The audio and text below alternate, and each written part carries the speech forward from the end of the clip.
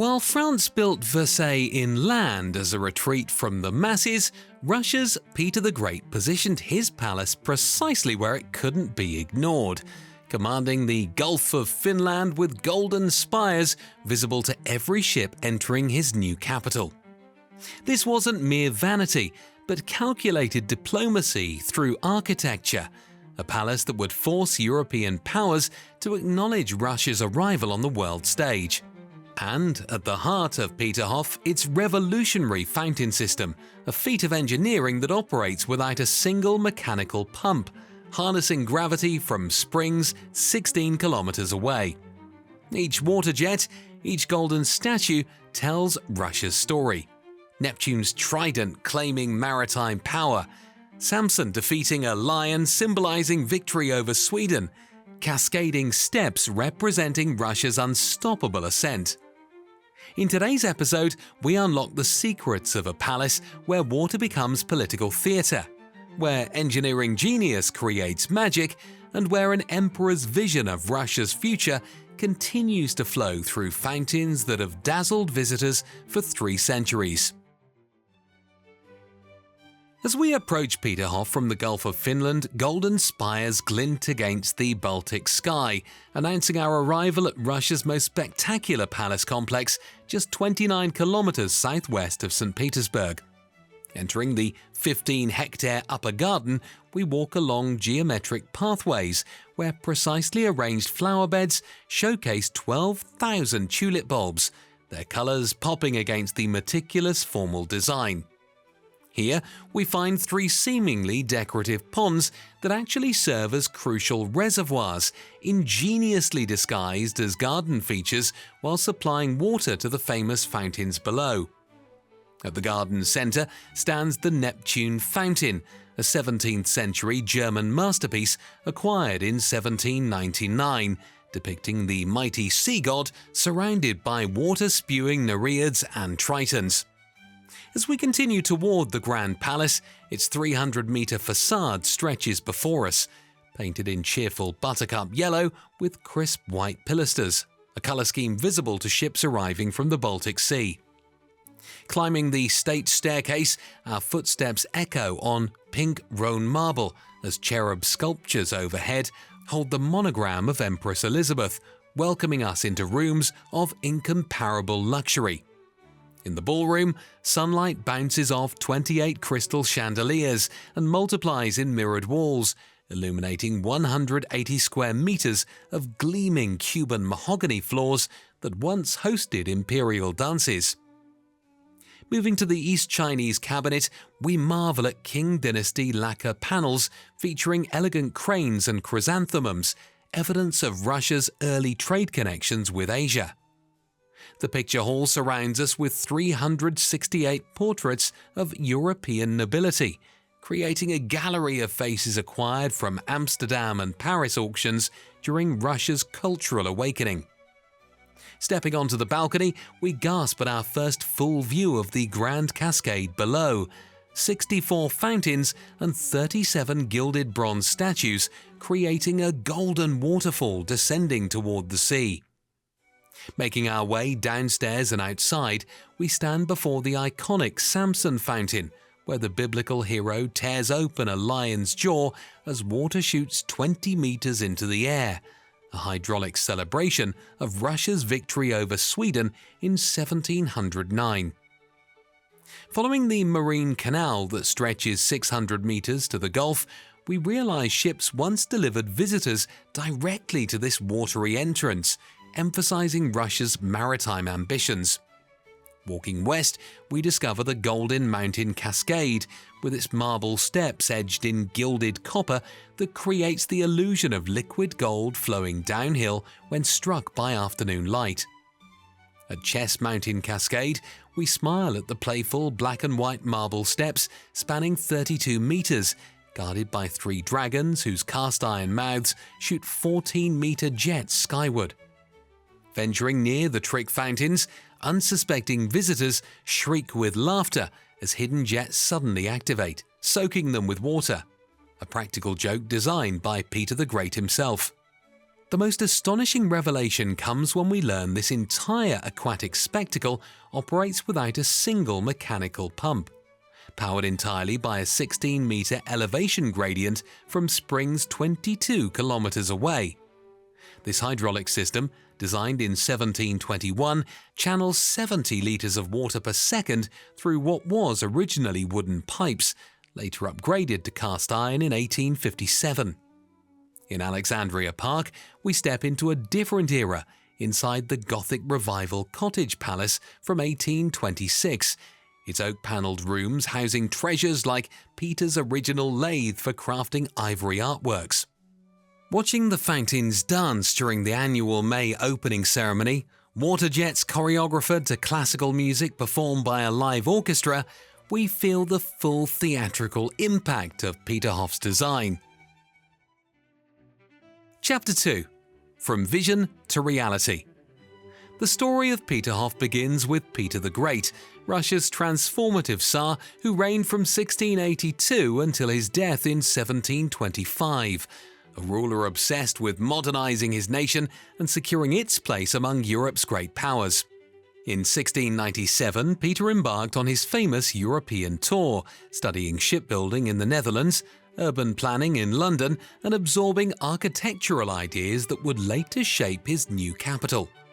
The Great Northern War against Sweden, which began in 1700, provided both motivation and opportunity for Peter's grand project when Russia secured access to the Baltic Sea after years of being landlocked.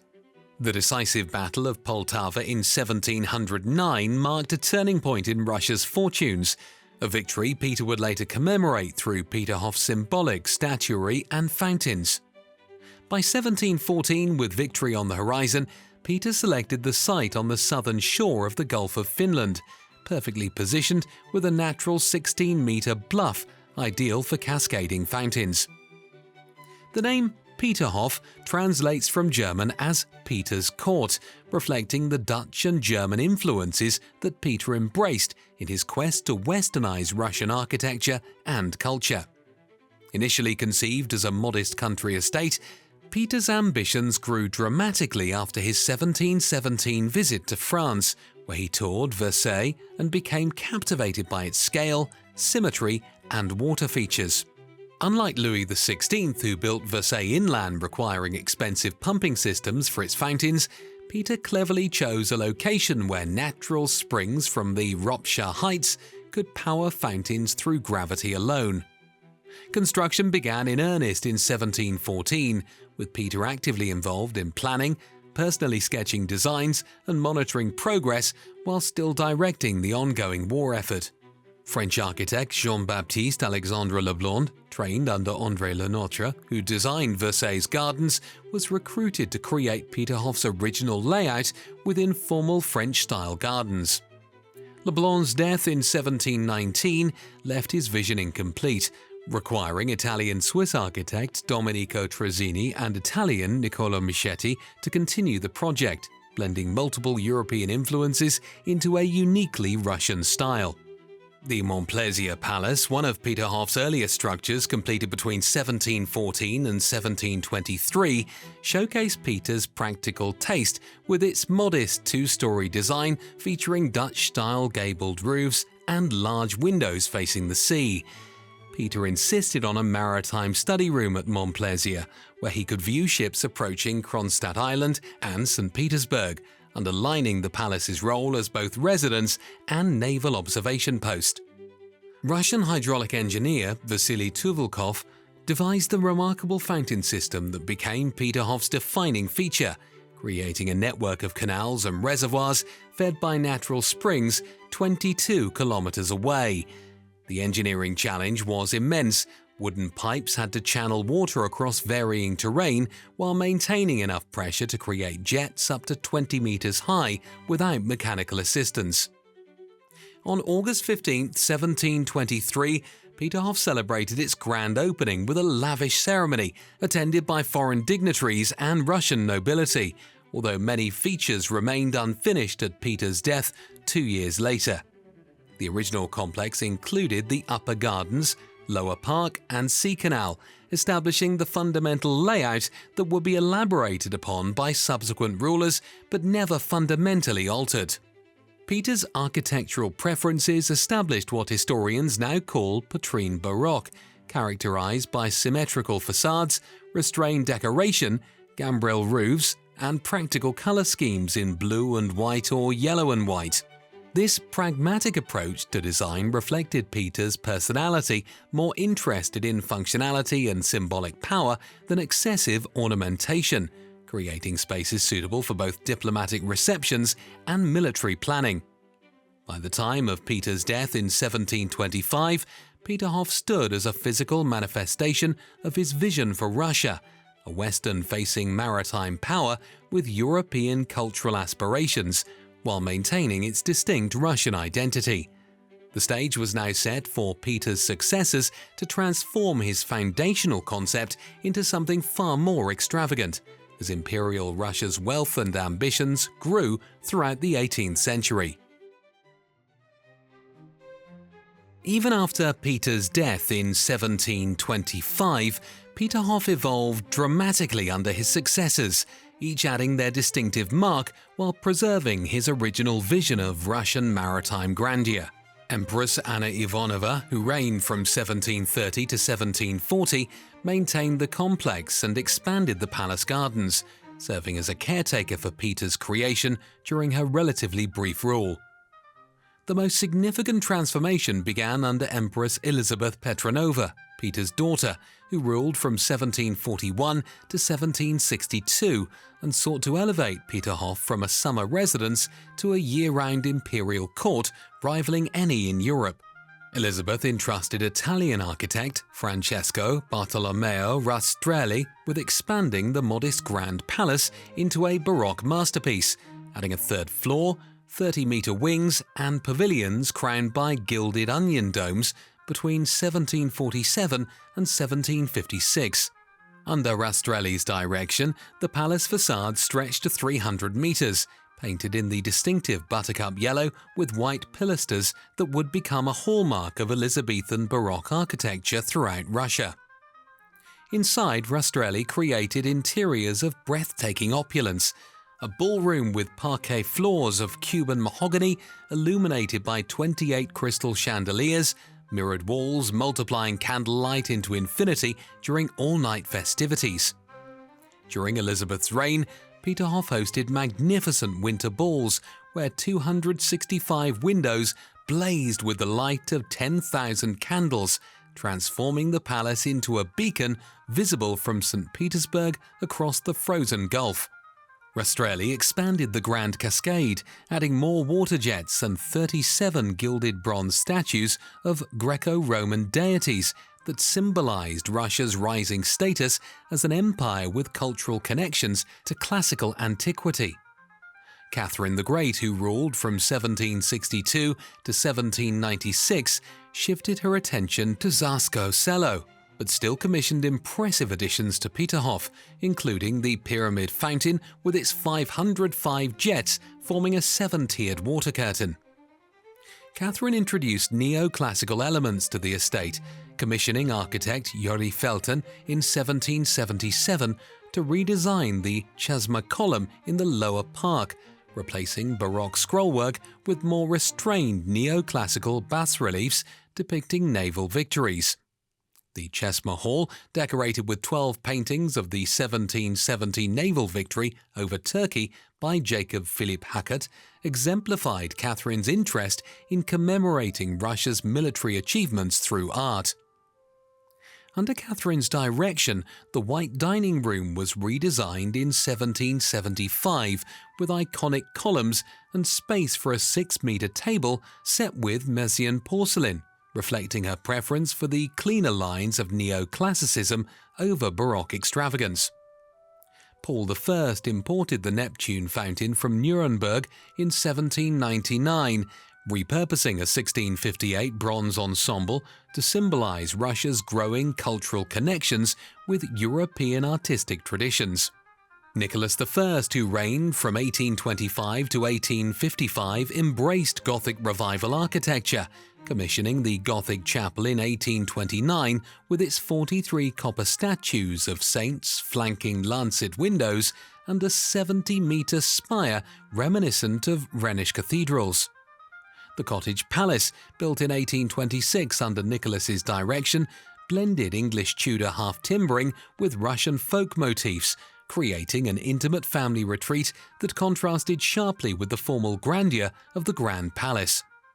The farm palace, constructed in 1831 near the cottage palace, housed imperial dairy operations behind a neoclassical facade that concealed surprisingly modern steam-powered milking machines imported from England. Nicholas II, the last Romanov Tsar who ruled from 1894 to 1917, spent summers at Peterhof with his family, including his son Alexei, the final Tsarevich, who was born in 1904. During these imperial decades, Peterhof's fountains acquired deeper symbolic meanings. Neptune's trident represented naval dominance. Perseus holding Medusa's head warned enemies of Russia's power, and the sun fountain with its golden disc radiating 187 jets celebrated Russia's proclamation as an empire. By the early 20th century, Peterhof had evolved from Peter's practical maritime outpost into a multi-layered expression of imperial Russian identity, incorporating architectural styles from Petrine Baroque to Gothic revival within a harmonious whole united by water and gold. The Russian Revolution of 1917 brought this grand imperial era to an abrupt end. But Peterhof's greatest challenge and most remarkable resurrection still lay ahead. Following the Russian Revolution of 1917, Peterhof narrowly escaped destruction when the Soviet government nationalized the complex and transformed it from an imperial residence into a public museum, celebrating artistic achievement rather than royal excess.